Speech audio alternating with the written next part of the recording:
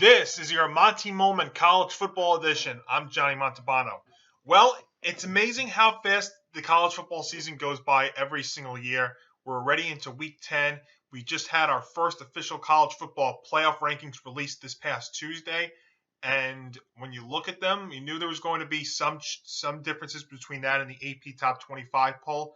Hard not to overreact to the first official ranking that came out, but we'll go through them real quick in case you missed them, starting from the bottom and working our way up. LSU, number 10. USC, number 9. Oregon, number 8. TCU, number 7.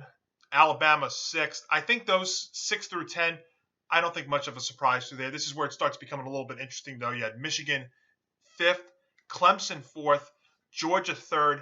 Ohio State, 2nd. And Tennessee up there at number 1, and I think that kind of makes sense from Tennessee's side. I mean, we've been documenting it before here on the Monty Moment. Tennessee right now has the best win of any team in the country, beating Alabama a couple of weeks back. They have the best resume with that, and if you look at all their other games so far, they do have the best resume and the best win of any team in the country right now, so that makes sense. But a couple of interesting things here when you look at the first official ranking. Clemson being number 4, Michigan number 5.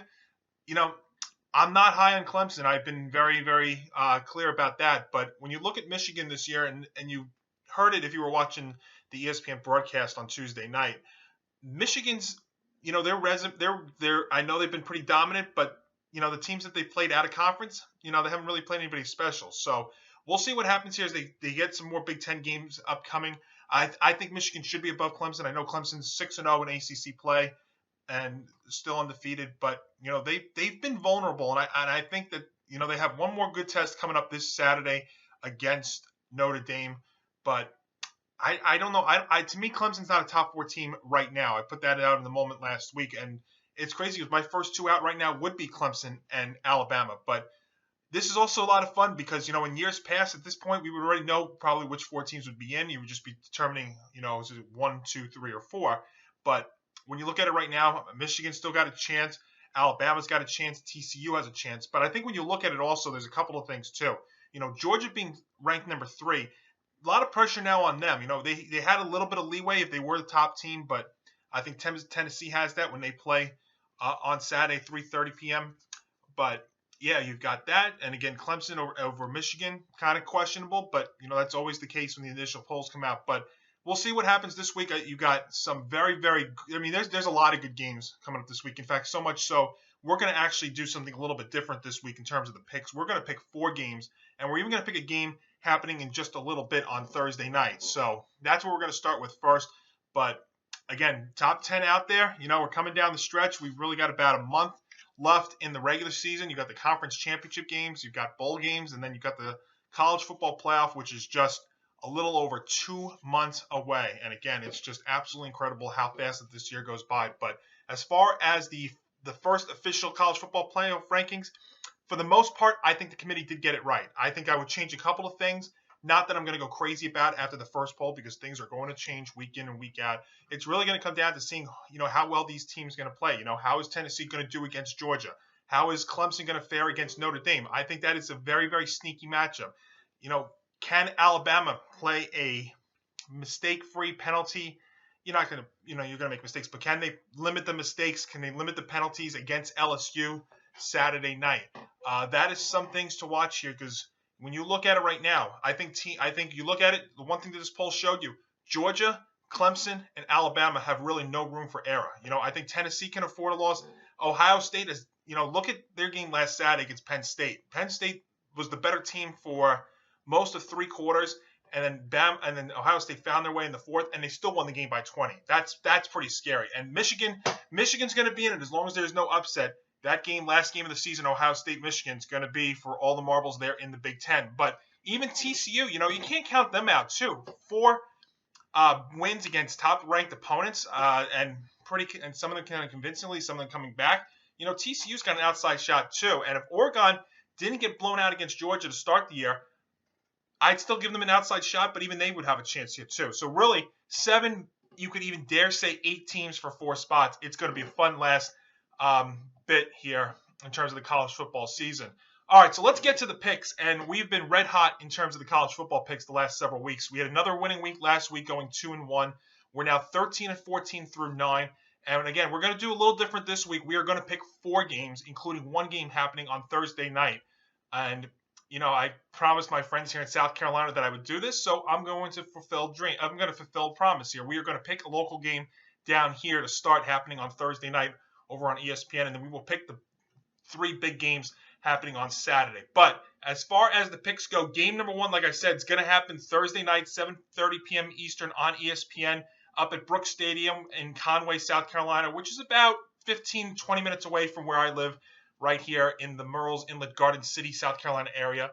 And Coastal Carolina, the Chanticleers, they were really put on the map during the COVID year in 2020, when College Game Day and ESPN went there. Also, when they were looking for an opponent the one year, and BYU came across with Zach Wilson, and we remember how that all turned out. And Coastal has built a great program there, and this year they've had a very, very good year. They're 7-1. They are home to take on an Appalachian State team, which has been in the news a lot this year for good reasons. They've had incredible wins.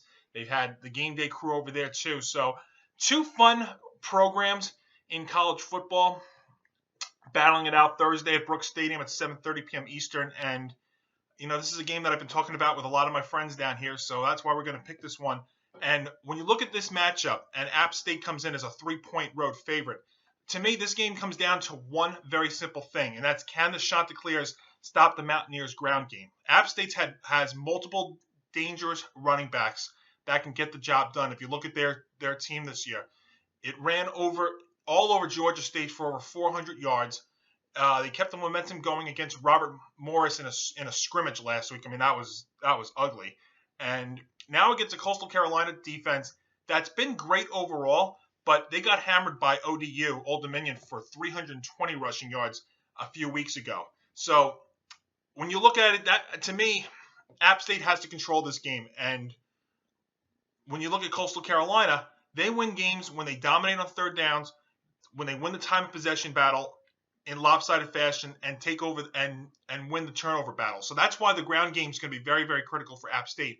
In games that they haven't won this year, their running game's been down to 100 yards or less. So if they can keep that ground game going, if they can keep the ball away from Coastal, they're going to get they're going to get it done, and I think they're going to get the job done. I'm taking Appalachian State -3 in game number 1. Sorry, Chants fans, but that's what we're going to do. So App State -3 in game number 1.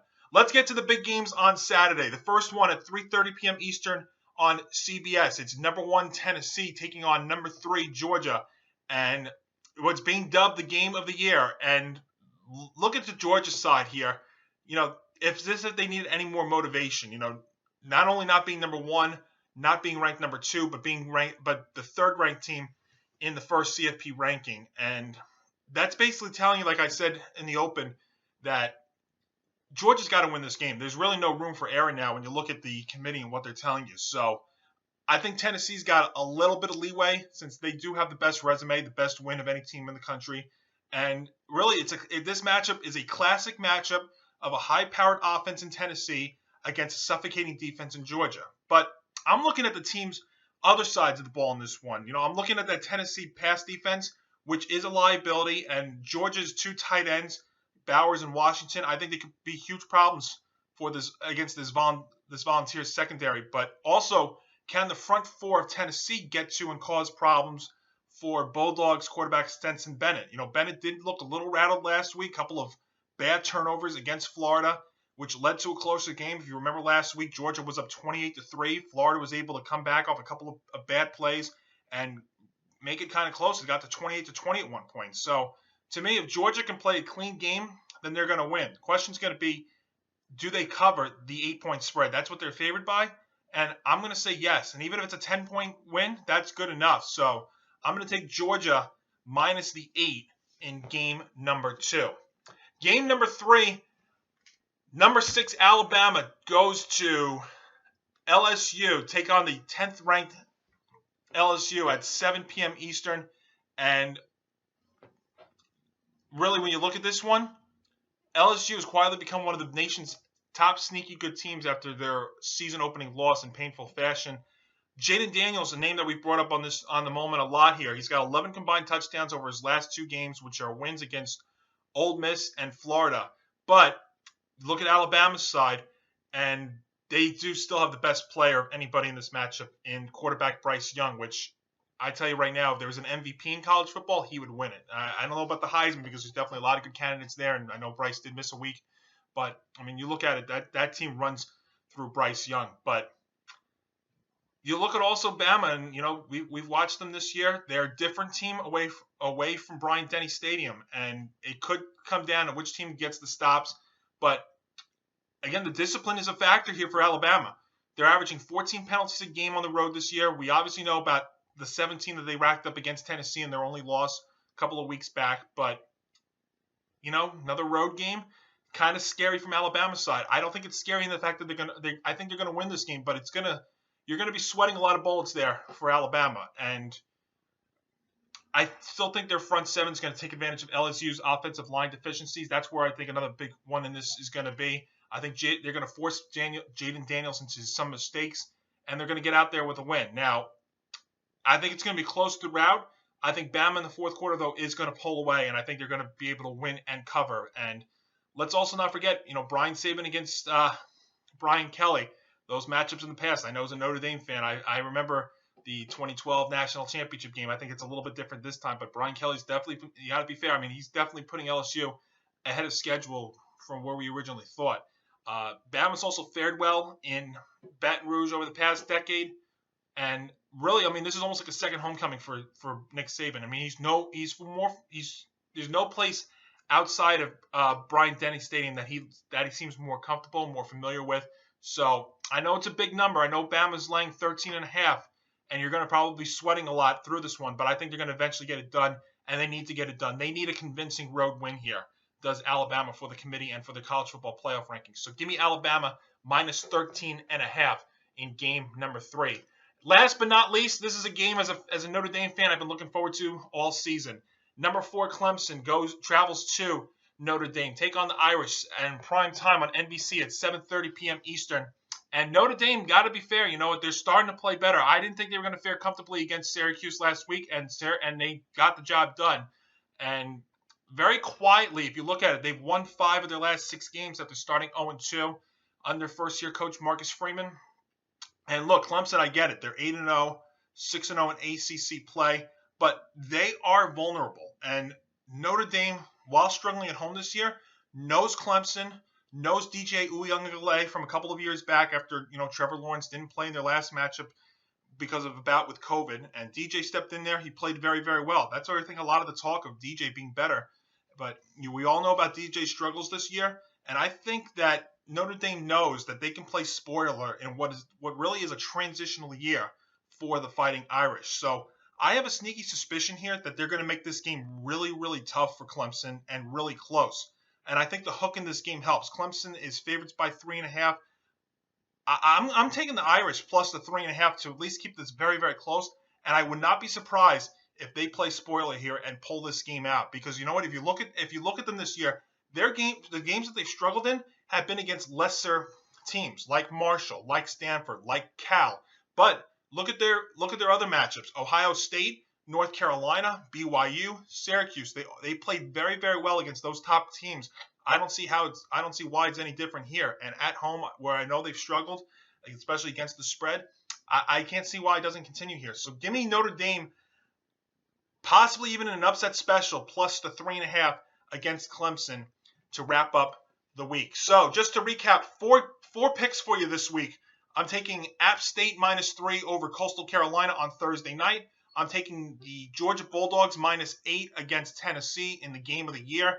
I am going with Alabama minus 13.5 against LSU. And yes, I am taking Notre Dame plus the 3.5 against Clemson at home on Saturday night, and what should be a thrilling college football Saturday where maybe we'll get some answers and some clarity into the college football playoff rankings. Should be an excellent Thursday and Saturday in college football. Look, you even had some MAC action back on Tuesday night. So you know what? It's getting down the stretch. It is going to be a lot of fun. It is going to be epic because we have a lot of unanswered questions here and about a month to decide what the college football playoff is going to look like. So enjoy your football weekend. For more, you can like us on please like us on Facebook and Twitter at GameOnETB, and you can also follow me on Twitter at Montalbano NY. This has been a Monty moment. I'm Johnny Montalbano.